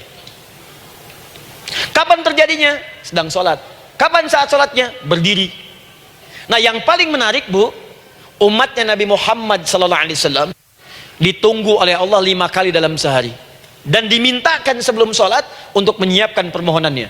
Maka turunlah Quran surah kedua ayat ke-45. Ibu lihat ayatnya, wasta'inu bis-sabri was-shalah.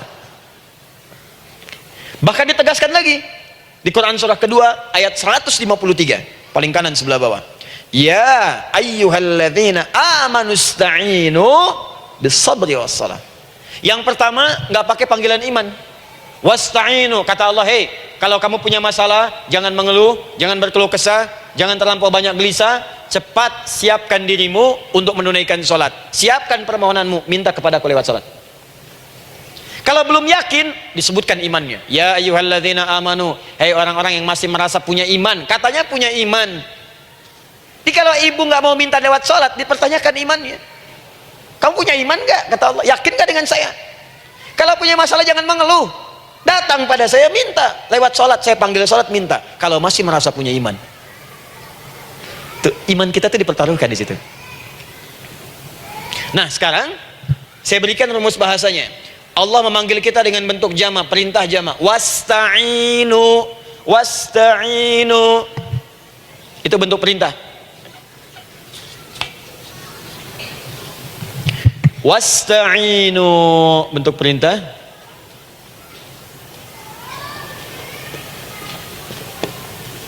Wasta'inu.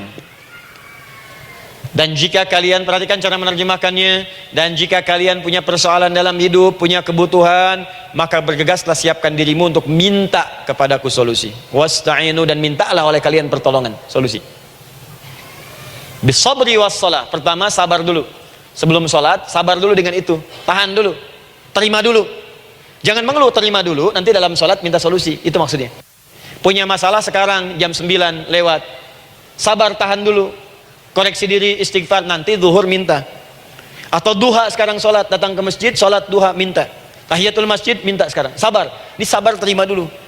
Jangan mengeluh, sabar. Ingat, terima, sabar. Karena Allah mustahil memberikan ujian masalah kalau kita tidak sanggup menerimanya. La yukallifullahu nafsan illa.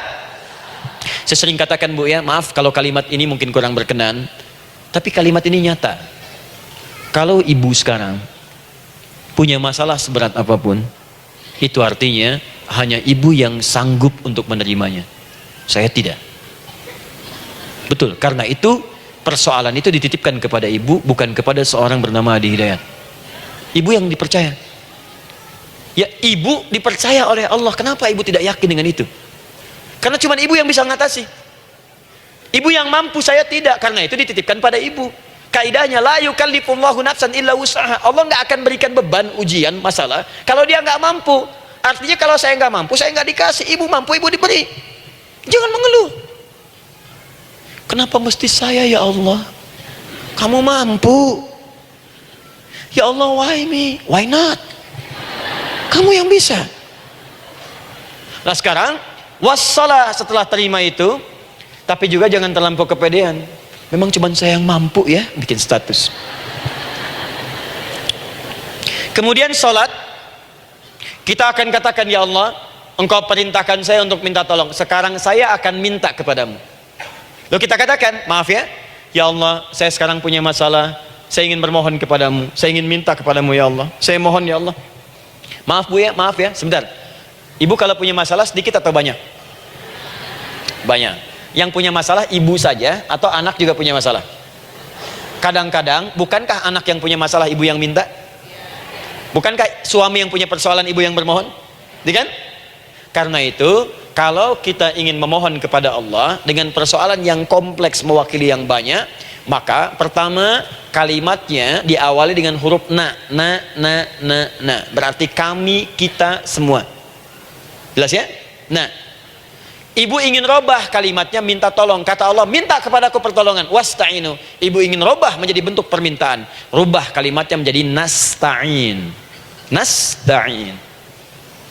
Nasta'in.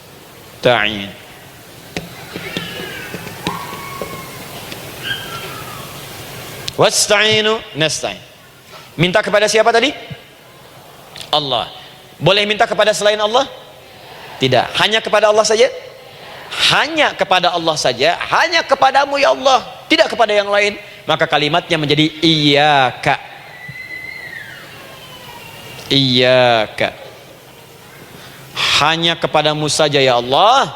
Engkau berjanji kalau ada masalah minta aku berikan. Sekarang hanya kepadamu saja ya Allah aku bermohon. Maka kalimatnya namanya iyyaka nasta'in. Sekarang saya tanya kepada ibu, apakah dalam sholat ibu membaca kalimat iyyaka nasta'in? Tuh. Saya mau tanya, ibu bacanya saat ruku atau saat sujud? Berdiri. Nggak ada orang ruku baca kalimat ini. Allahu Akbar. Iyyaka na'budu wa iyyaka nasta'in. Berdiri. Iyyaka na'budu wa sekarang saya bacakan hadis qudsinya. Tersambung dari Nabi sallallahu alaihi wasallam. Qala Rasulullah sallallahu alaihi wasallam, qala Allah azza wa jalla. Allah langsung yang berfirman lewat hadis qudsi. Perhatikan bahasanya. Qasamtus shalah baini wa baina 'abdi. Saya bagi dalam salat itu dua bagian, antara hak aku dan hak hambaku. Wa li 'abdi ma sa'ala. Dan jika benar hambaku menunaikan kewajibannya dengan baik, menjaga hak-hak aku, maka pada saat itu apapun yang dia minta dalam salat aku akan berikan. Apapun. Kapan itu terjadi? Perhatikan kalimatnya. Idza qala al-'abdu, kalau hamba mulai membaca dalam salatnya, alhamdulillahi rabbil alamin. Alhamdulillahi rabbil alamin. Qala Allah azza wa jalla, seketika Allah menjawab, hamadani 'abdi, hambaku sedang memujiku. Ibu ingat baik-baik Bu ya. Ingat baik-baik. Setiap ibu baca Al-Fatihah dalam salat itu Allah memperhatikan dan menjawab bacaan ibu. Tadi masih ingat ketika saya katakan wa idza sa'alaka 'ibadi anni fa inni qarib, Allah itu dekat. Ya. Wa idza qala al-'abdu ar-rahmanir rahim, kalau hamba melanjutkan ar-rahmanir rahim, qala Allah azza wa jalla, Allah langsung menjawab athna 'alayya 'abdi, hambaku sedang menyanjungku. Wa idza qala al-'abdu maliki yaumiddin, ketika hamba berkata maliki yaumiddin, qala Allah azza wa jalla, Allah menjawab majjadani 'abdi, hambaku sedang mengagungkanku. Sekarang perhatikan kalimat ini.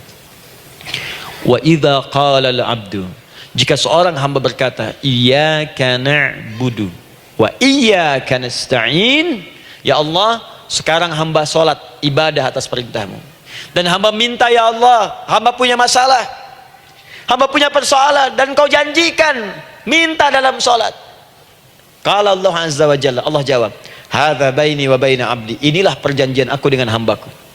Wali 'abdi, kalau hambaku benar salatnya sampai bacaan ini, masalah apapun yang dia minta sekarang aku akan kabulkan.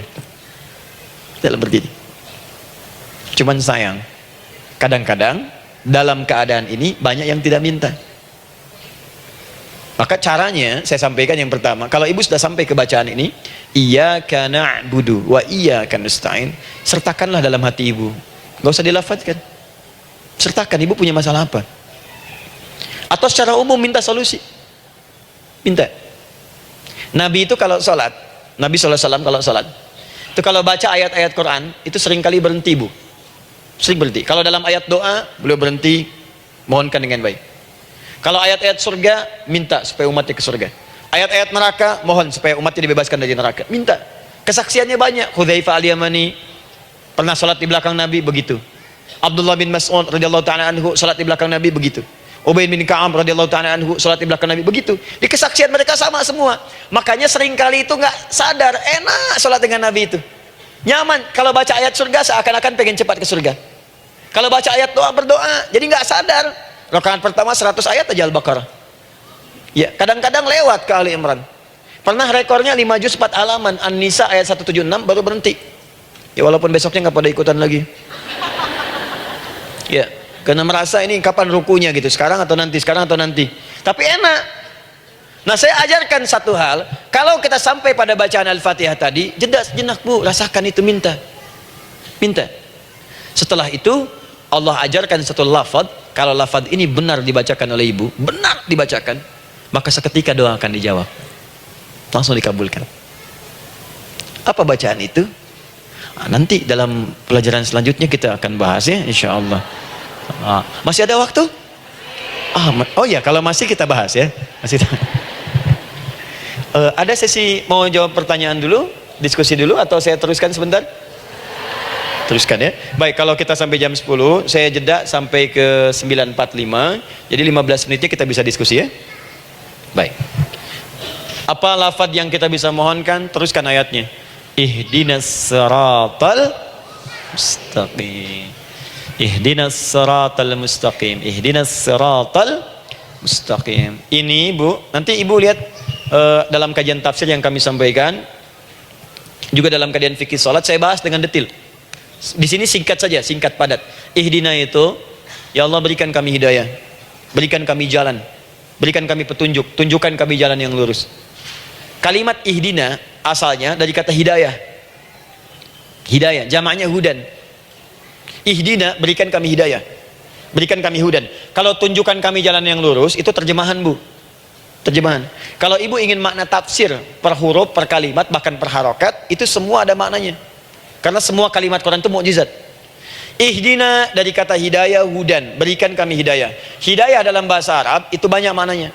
Bisa solusi dari semua persoalan. Bisa jalan menuju kemudahan. Bisa kesuksesan. Bisa petunjuk, banyak. Kalau dikumpulkan namanya hudan. Hudan. Makanya Al-Quran disebut hudan, karena di Quran ada semua. Solusi ada, petunjuk ada, kemudahan ada. Dzalikal kitabu la raiba fi hudal. Al-Quran hudan. Syahrul Ramadan alladzi unzila fihi al-Quran hudan linnas. Isi Quran semua hudan. Di situ ada solusi. Di situ ada petunjuk.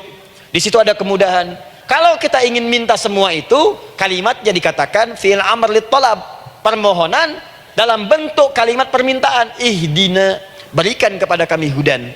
Kalau sudah mengatakan ihdina artinya minta solusi, minta kemudahan, minta petunjuk. Jadi ketika ibu mengucapkan kalimat ihdinas siratal mustaqim, itu artinya ya Allah berikan kepada kami solusi dari masalah yang sedang saya hadapi, persoalan yang sedang saya jalani. Berikan kemudahan ya Allah dari kesulitan yang tengah saya hadapi. As-siratal mustaqim, yang lurus, yang gampang.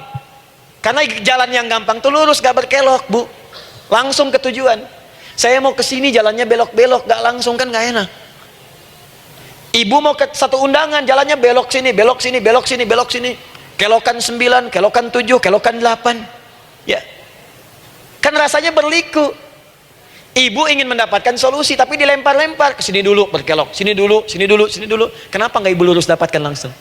Dalam bahasa Arab, apalagi kalimat yang fasih, mendapatkan sesuatu dengan gampang, dengan mudah. As-siratal mustaqim, lurus ke tujuan, cepat, mudah. Apalagi ke surga nanti, tunjukkan kami jalan yang lurus, yang benar, hak dari Allah dan mudah didapatkan. Itu maksudnya. Ini bukan sekedar tunjukkan jalan yang lurus, solusi yang mudah, yang gampang, yang cepat. Paham di sini ya? Seperti orang-orang dulu mendapatkannya. Siratal ladzina an'amta 'alaihim. Seperti orang dulu mendapatkan semua kenikmatan ketika mereka bermohon kepadamu ya Allah. Siapa mereka? Ada 4 golongan disebutkan di Quran surah keempat ayat 69. Ada para nabi, orang-orang judul siddiqin, para syuhada, dan orang-orang soleh. Ya, wa may yuti'illaha wa rasul fa ulaika ma'al ladzina an'ama Allahu 'alaihim minan nabiyyina was-siddiqina wasyuhada was-shalihin. Para nabi dulu berdoa, ya Allah, saya ada masalah, dikabulkan. Kita minta, ya Allah, sekarang saya berdoa, tolong kabulkan seperti nabi-nabi dulu dikabulkan. Nabi Ayub sakit, berdoa, dikabulkan. Kita sakit, dikabulkan. Nabi Ibrahim ada ujian, dikabulkan. Nabi Ibrahim punya ujian dengan anak, kita ada ujian dengan anak, minta, dikabulkan. Anak-anak berselisih, ada yang dendam, yang iri, seperti anaknya Nabi Yakub. Nabi Yakub berdoa, dikabulkan. Kita minta, dikabulkan. Ada syuhada, berdoa, dikabulkan. Kita minta, dikabulkan. Orang soleh berdoa, minta, dikabulkan. Kita minta, dikabulkan. Ya Allah, seperti engkau kabulkan doa orang-orang dulu yang melahirkan nikmat, mohon kabulkan kami yang minta sekarang dan mendapatkan kenikmatan itu. Itu maksudnya. Ya, siratal ladzina an'amta 'alaihim. Siapa an'amta 'alaihim di sini? Ulaikal ladzina an'amallahu 'alaihim. Sama persis kalimatnya. Minan nabiyyina was-siddiqina wasyuhada'i was-shalihin. Ini jangan diartikan sebatas terjemahan. Walaupun di musim haji sekarang itu bisa dipakai. Saya tugas 2010 di Mekah. Ada jemaah kesasar, lupa maktab. Kemudian ingin balik, nggak tahu jalan. Dia ketemu askar. Askar nggak bisa bahasa Indonesia, dia nggak bisa bahasa Arab. Tapi dia hafal Al-Fatihah. Datang kepada askar, dia tunjukkan gelangnya. Pak, ihdinas siratal mustaqim. Tunjukkan saya jalan yang lurus. Tunjukkan gelang. Askar nggak bisa bahasa Indonesia. Dikasih bahasa Arab nggak paham-paham. Tapi askar ini pun cerdas. Dia tunjuk, dia lihat gelangnya. Oh, maktab sana. Siratal ladzina an'amta 'alaihim ghairil maghdubi 'alaihim waladdallin. Lurus, jangan belok-belok. Kalau belok nanti engkau tersesat atau dicaci maki orang. Maghdub ya dicela orang. Dhalin tersesat, kan? Jangan dicela, jangan sesat, lurus. Tapi kalau dalam berdoa dalam sholat minta di hati hadirkan. Jelas ya? Itu posisi pertama. Jadi pertama minta lewat sholat. Yang kedua cepat rajin istighfar, Bu. Saya cepat ya, rajin istighfar. Masih ada 7 menit lagi. Ibu rajin istighfar. Astagfirullah, astagfirullah, astagfirullah, astagfirullah. Itu yang paling singkat.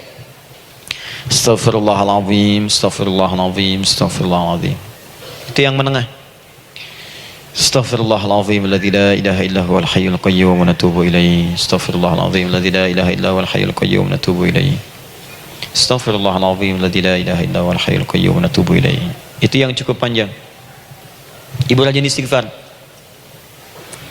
Orang yang rajin istighfar itu diantara yang disebutkan dalam riwayat-riwayat adalah orang-orang yang cepat dijawab doanya hanya dengan istighfarnya. Jadi dia tuh punya keinginan, dia nggak katakan. Jadi keinginan di benaknya dia, terus dia istighfar. Astagfirullah, astagfirullah, astagfirullah. Itu kalau benar rajin istighfar, seketika dikabulkan. Cepat. Ada seorang yang hidup, ini tukang roti, di zaman Imam Ahmad bin Hanbal. Saya pernah kisahkan ini di beberapa keadaan. Orang ini itu ahli istighfar. Jadi maaf ya Bu ya, bukan istighfarnya pas ada keperluan aja, bukan. Ada ta'lim Ustaz Adi, sab pertama astagfirullah, astagfirullah, astagfirullah, bukan. Besok ada arisan, astagfirullah, astagfirullah, bukan. Jadi bukan ada keperluan istighfar, bukan. Orang ini membiasa istighfar. Jadi setiap mengerjakan apapun dia istighfar. Mau minum, bismillah, astagfirullah, astagfirullah. Dia setiap buka adonan, astagfirullah, astagfirullah. Nah, satu ketika Imam Ahmad itu nggak tahu kenapa pengen datang ke daerah itu. Ya kalau misalnya ibu tinggal di Cicahem, misalnya kan Imam Ahmad tiba-tiba pengen ke Cicahem aja. Terus karena lelah, mampir ke masjid. Istirahat di dalam masjid. Tiba-tiba kata penjaga masjidnya, DKM-nya, marbotnya, ya Syekh, idhab, pergi, nggak boleh tiduran di sini. Kata Imam Ahmad, saya kan cuma numpang istirahat, nggak boleh keluar. Dan dia nggak tahu kalau itu imam besar. Dan Imam Ahmad itu sudah populer Bu, sangat famous, familiar. Cuman orang kan nggak pernah lihat wajahnya. Dulu kan nggak ada Facebook, nggak ada Instagram, nggak ada handphone, nggak ada apa-apa. Jadi kalau orang terima Ahmad, ya Ahmad aja kemana-mana. Oh, no, Imam Ahmad, Imam Ahmad, Imam besar, Imam Syafi'i, Imam besar. Tapi nggak pernah lihat. Sekarang kan udah kelihatan. Ya, udah kelihatan. Sekarang banyak.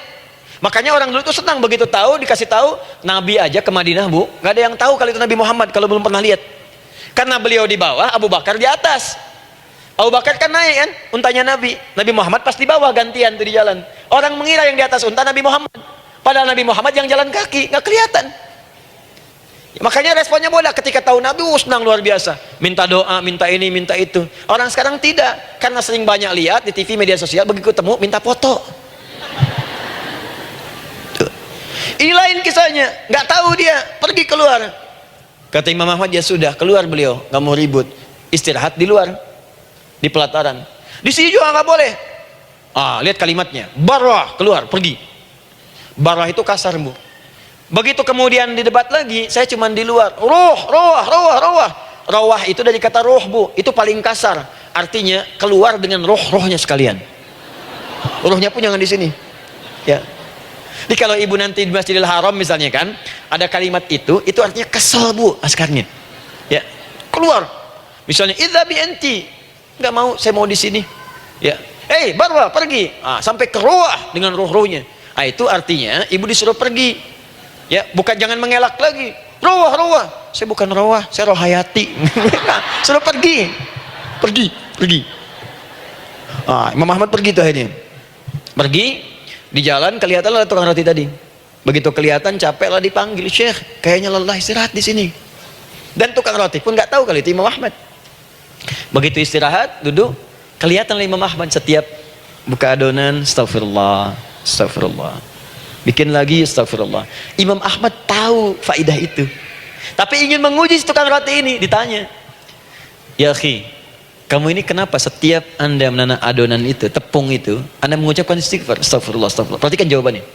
Wallahi demi Allah, tidak pernah saya beristighfar dalam setiap aktivitas saya, kecuali Allah selalu mengabulkan doa yang saya mohonkan. Di setiap minta, astagfirullah, astagfirullah, itu dikabulkan. Cuman satu yang sampai sekarang belum terkabul. Apa itu kata Imam Ahmad?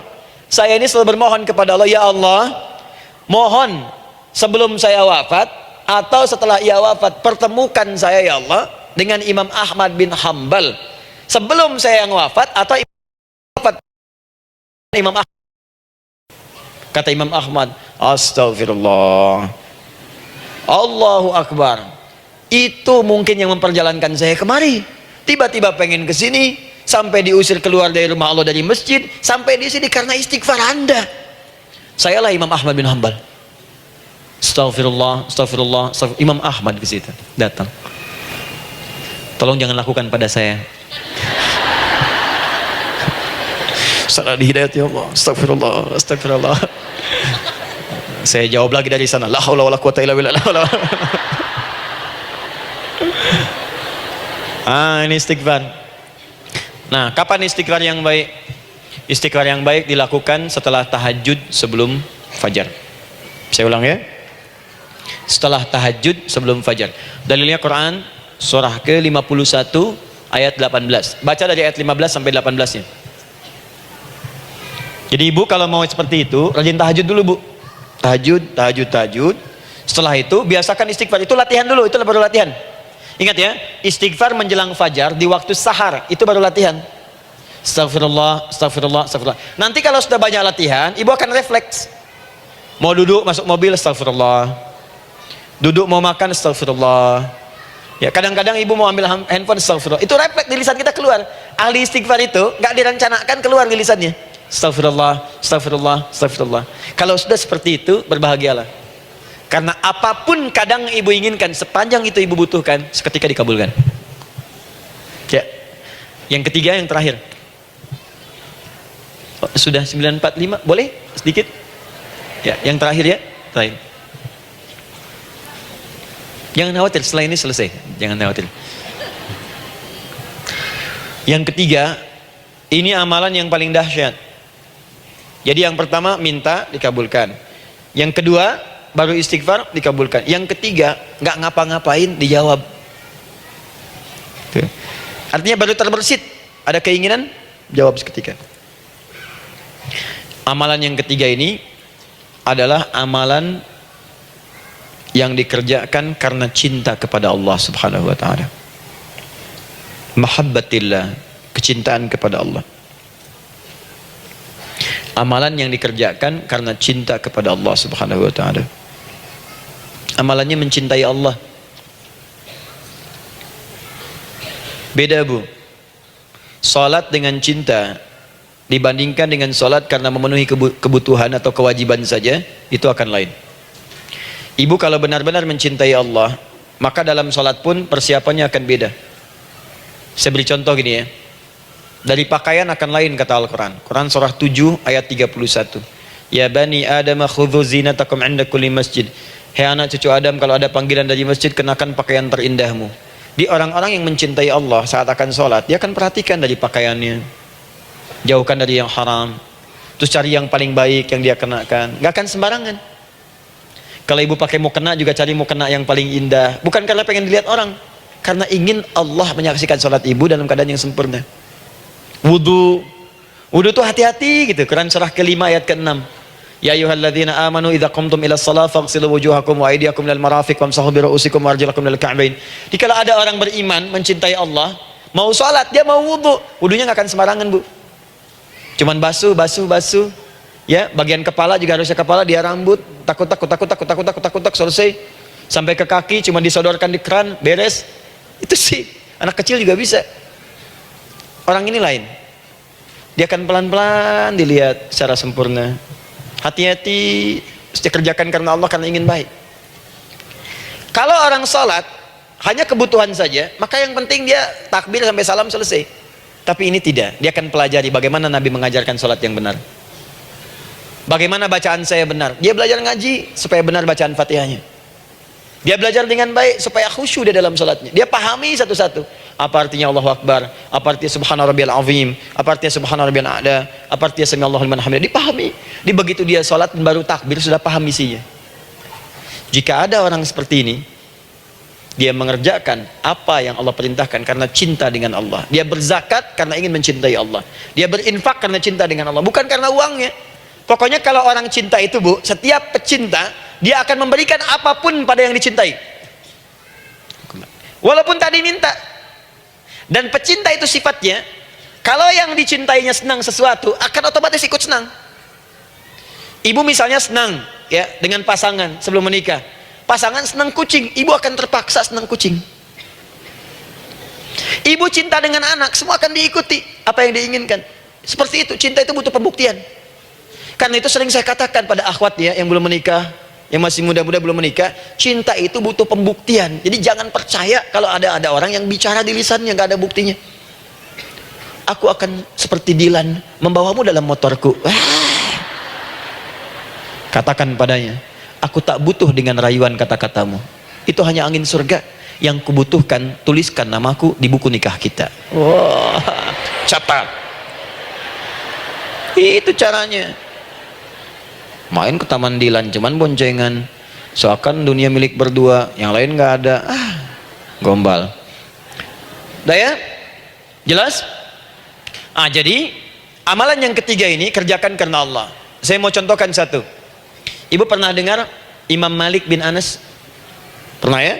Gurunya Al-Imam Asy-Syafi'i, Imam Malik bin Anas, lahir di kisaran tahun 94-95 Hijrah. Siap, Kang Dan. Baik, ini terakhir nih, saya tutup nih, benar-benar terakhir, betul-betul 10 menit lagi kalau ada nanti tanya jawab sedikit. Imam Malik ini, Bu, itu Masya Allah, saking cinta pada Allah dan Rasul, itu tidak pernah, jangankan sholat, dalam beliau memberikan fatwa pun akan mencari pakaian yang paling bagus, paling indah. Dan beliau menjaga adab dalam menyampaikan kalimat Nabi pun itu luar biasa. Sampai satu kali pernah pakai jubah bagus, indah, ada lebah menyengat di kepalanya, sedang menyampaikan hadis, saking hormatnya terhadap hadis Nabi, lebah itu dibiarkan menyengatnya. Nggak mau memutus kalimat Nabi, hadis Nabi, hanya untuk mengusir lebah, dibiarkan sampai tersengat. Apa yang Allah berikan kepada beliau? Allahu Akbar. Satu kali singkat berdiskusi dengan muridnya Imam Asy-Syafi'i. Kata Imam Asy-Syafi'i, ya guru, setahu saya rizki itu dicari dulu baru dikasih. Imam Malik lebih tinggi ilmunya pada saat itu. Beliau tahu ada 8 jenis rizki. Ya Syafi'i, ada rizki yang tidak perlu dicari, Allah berikan. Wah, berdebat tuh sampai berpisah. Setelah itu secara singkat Imam Asy-Syafi'i lewat di kebun anggur sedang panen anggur besar. Tiba-tiba tergerak untuk membantu, datang ke situ bantu. Begitu selesai dikasih hadiah anggur banyak, besar-besar, indah, enak, gitu kan? Ketika diberi itu langsung senang beliau, bukan karena anggurnya, karena merasa pendapatnya benar. Jadi begitu bekerja baru dapat. Dibawalah anggur ini diberikan pada gurunya. Perhatikan adabnya terhadap guru. Jadi kalau ibu adabnya bagus pada guru, keberkahan dapat, ilmunya pun menghunjam di jiwa. Imam Syafi'i nggak merasa benar, tapi memberikan sebuah jawaban dengan adab. Guru, tadi itu ada panen anggur, saya mencoba membantu. Begitu saya bantu dikasih anggur, dikencangkan kalimatnya. Begitu saya bantu dikasih. Dibantu dulu baru dikasih. Kalau saya nggak bantu, saya nggak dikasih. Apa jawab Imam Malik? Imam Malik tersenyum, tertawa. Tabassama dhahika. Masya Allah, Syafi'i bahasa kita. Tadi itu saya keluar mau ngajar, siang-siang terik begini saya kepikiran, ya Allah, kalau makan anggur yang enak-enak, enak banget sekarang ini. Ada anggur sekarang. Tuh. Murid berikhtiar, guru mendapatkan hasil. Setelah itu Asy-Syafi'i naik dan jadi bintang di zamannya, sampai kekinian pun luar biasa, dan mendapatkan barakah gurunya seperti gurunya dapatkan, muridnya pun meraihnya. Itulah 3 cara bagi kita untuk bermohon kepada Allah. Jika ingin dipercepat oleh Allah, bisa lewat salat, bisa lewat istighfar, bisa juga dengan menciptakan amalan-amalan atau mengikuti amalan-amalan yang dicintakan atau ditujukan untuk mencintai Allah Subhanahu wa taala. Ibu bisa paham ini? Baik, kemudian berdoa. Tapi yang jadi masalah, Ustadz, ketika berdoa kok belum dikabulkan juga? Apa ciri doa dikabulkan? Seperti apa kita tahu doa kita dikabulkan? Itu mungkin kita bahas di episode yang berbeda insyaallah. Alhamdulillahi Rabbil Alamin Ar-Rahmanir Rahim Maliki Yawmiddin Iyyaka na'budu wa iyyaka nasta'in Ihdinas siratal mustaqim Siratal ladzina an'amta 'alaihim ghairil maghdubi 'alaihim waladdallin Allahumma nahmaduka hamdan syakirin hamdan na'imin hamdan yuwafi ni'amahu wa yukafi'u mazidah Ya Rabbana lakal hamdu wa lakal syukru kama yanbaghi li jalali wajhikal karim wa li 'azimi sultanik Allahumma salli wa sallim barik ala rasulikal karim نبيك الأمين سيدنا محمد وعلى آله وصحبه وأمته إلى يوم الدين اللهم ربنا يا الغفور الرحيم لا تدع لنا في مقامنا هذا في كل مقام ذنبا إلا غفرته Duhai Allah, kami bermohon kepadamu, Engkau yang maha pengampun, Engkau yang maha penghapus segala dosa. Kami mengakui kami berbuat salah, kami mengakui banyak dosa kami kumpulkan, maka kami mohon kepadamu ya Allah, jangan biarkan ada satu orang pun berada di sekitaran majlis ta'lim ini kecuali sebelum ia pulang Engkau telah ampuni segala dosa-dosanya, Engkau telah gugurkan dan hapuskan segala dosa-dosanya. Wala hamman illa farajtah. Ya Allah, jika ada satu orang pun di antara jamaah saat ini yang merasakan kegelisahan dalam hatinya, jangan biarkan ia meninggalkan area majlis ta'lim ini kecuali Engkau telah tenangkan keadaan hatinya. Allahumma wala maridan illa syafaitah. Jika ada di antara kami yang tengah Engkau uji dengan penyakit seberat apapun, maka mohon angkat dan sembuhkan segala penyakitnya. Allahumma wala dainan illa qadaitah. Ya Allah, jika ada di antara kami yang berat hidupnya karena lilitan utang piutang, terjebak riba dan sejenisnya, maka mohon ya Allah dengan keikhlasan amalannya, mohon angkat dan berikan rizki limpah terlimpah kepada yang untuk melunasi utang-utang dan terbebas dari lilitan riba dan semacamnya. Allahumma ya arhamar rahimin, Allahumma tubna ilaika min kullil ma'asi. Ya Allah, kami ingin memperbaiki diri kami, kami bertobat dari segala maksiat yang pernah kami kerjakan. Allahumma asli ahwalana ma yuqarribuna ila ridhak. Ya Allah, kami bermohon kepadamu, mulai hari ini mohon bimbing kami untuk memperbaiki diri supaya kami bisa lebih dekat denganmu ya Allah. Allahumma asli azwajana. Ya Allah, kami mohon sayangi dan perbaiki ya Allah akhlak suami-suami kami. Ya Allah, mohon bimbing suami-suami kami jadi suami yang baik, membimbing keluarga menjadi keluarga yang saleh. Allahumma ya Allah, Allahumma arsyad wa asli ya Allah azwajana zawjatina. Ya Allah, demikian dengan istri-istri kami ya Allah, jadikan mereka perempuan-perempuan yang salihah, bimbing menjadi ibu-ibu yang baik. Allahumma abnana auladana dzurriyyatina, Allahumma aslih lahum ya arhamar rahimin liyakunu salihin liyakunu su'ada fid dunya wal akhirah. Ya Allah, anak-anak kami, cucu-cucu kami khawatir berpisah dengan mereka di akhirat nanti. Kami mohon ya Allah, jika memang ada maksiat yang mereka kerjakan karena dosa-dosa kami mohon ampun ya Allah. Perbaiki anak-anak kami, bimbing cucu-cucu kami ya Allah, jadikan mereka anak-anak saleh, anak-anak yang bisa memberikan mahkota kepada kami di akhirat ya arhamar rahimin. Kami malu dengan anak orang lain yang telah hafal Al-Quran, kami malu dengan anak orang lain yang telah mampu tahajud, kami malu dengan anak orang lain yang telah bisa membaca Al-Quran dengan baik, sedangkan anak kami masih sibuk dengan dunia ya Allah. Kami takut bila wafat tidak bisa memberikan petunjuk kepada mereka dengan izin-Mu. Allahumma ya arhamar rahimin, Allahumma idza kana hunalika baqiyati ayyamina faj'al baqiyata ayyamina ya Allah hayatan thayyibah. Duhai Allah, kami bermohon kepadamu, jika memang terbentang masa kehidupan bagi kami sampai dengan hari esok, maka mohon jadikan sisa-sisa hidup kami lebih baik daripada hari-hari yang sebelumnya. Wa idza kana hadzal yaum min akhir ayyamina faj'al ya Allah hadzal yaum husnal khatimah. Ya Allah, kami mohon, jika memang hari ini adalah hari terakhir kami hidup dan harus kembali kepadamu untuk wafat, mohon jadikan di hari ini kami husnul khatimah. Allahumma qawwi lisanana ila kulli kalimat at-tauhid la ilaha illallah Muhammadur Rasulullah. Ya Allah, kami mohon, jika kelak kami akan wafat, ringankan lisan kami untuk mengucapkan kalimat tauhid la ilaha illallah Muhammadur Rasulullah. Wa ajib kalimatan bi qaulika ya ayyatuhan nafsul mutmainnah irji'i ila rabbika radiyatan mardiyah fadkhuli fi ibadi wadkhuli jannati. Ya Allah, kami mohon kelak nanti dalam sakaratul maut nanti, jika kami bermohon kepadamu dengan kalimat tauhid la ilaha illallah, mohon jawab kalimat kami ya Allah dengan panggilanmu yang indah. Ya ayyatuhan nafsul mutmainnah, hai jiwa yang sudah tenang, irji'i ila rabbika radiyatan mardiyah, hai cepat pulang menghadap kepada Rabbmu, hai cepat pulang menghadap kepada Rabbmu, hai cepat pulang menghadap kepada Rabbmu. Aku ridha dengan semua amalmu, engkau pun akan ridha dengan semua pemberianku. Adkhuli fi ibadi wadkhuli jannati. Engkau aku masukkan dalam golongan hambaku, aku siapkan surga untuk menyambutmu. Allahumma ishtaqna bi Rasulillah sallallahu alaihi wasallam. Ya Allah, kami rindu sekali dengan Rasulullah sallallahu alaihi wasallam.